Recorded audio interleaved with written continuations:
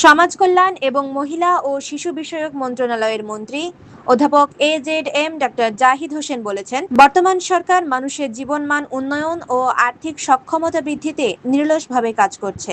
দেশের উন্নয়নের এ ধারা অব্যাহত রাখতে জনগণের সহযোগিতা প্রয়োজন। কোনো দুষ্কৃতিকারী যেন সমাজে বিশৃঙ্খলা বা বিভাজন সৃষ্টি করতে না পারে, সে বিষয়ে সবাইকে সজাগ থাকতে হবে। কোনো অবস্থাতেই তাদের প্রশ্রয় দেওয়া যাবে না। 13 জুলাই সকালে দিনাজপুরের নবাবগঞ্জে উপজেলা অফিসার্স ক্লাবে প্রধান অতিথির বক্তব্যে তিনি এসব কথা বলেন। মন্ত্রী আরো বলেন, দেশ আমাদের সবার, আমরা সবাই মিলেমিশে দেশের উন্নয়নে কাজ করব। কোথাও কোনো অন্যায় হলে নিজের হাতে আইন তুলে নেবেন না, আইন আদালত ও প্রশাসনের শরণাপন্ন হন। উপজেলা নির্বাহী কর্মকর্তা, এসিল্যান্ড ম্যাজিস্ট্রেট, পুলিশ প্রশাসন, অফিসার ইনচার্জ এবং জনপ্রতিনিধিদের মাধ্যমে সমস্যার সমাধান করুন।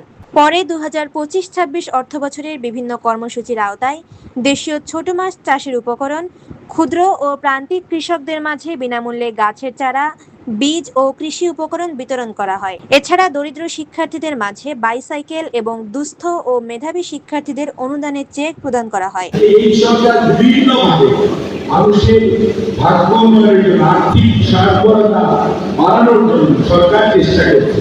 সেজন্য আমরা চাইব যে আপনারা আমাদেরকে সহযোগিতা করছেন, এটা অব্যাহত রাখবেন এবং কোনো দুষ্কৃতিকারী সমাজে বিশৃঙ্খলা সৃষ্টি করতে চায়, এদের কাউকে প্রশ্রয় দেওয়া হবে।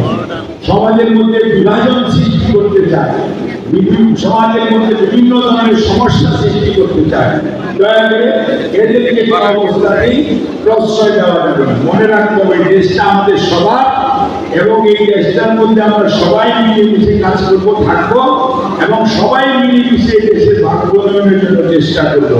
এবং আইন আদালত আছে, প্রশাসন আছে, ওনারা যে কোনো অন্যায় হবে আপনারা ওনাদের দ্বারস্থ হবে, কখনোই নিজের হাতে আইন তুলে দিবেন না। কোনো সমস্যা অসুবিধা নেই,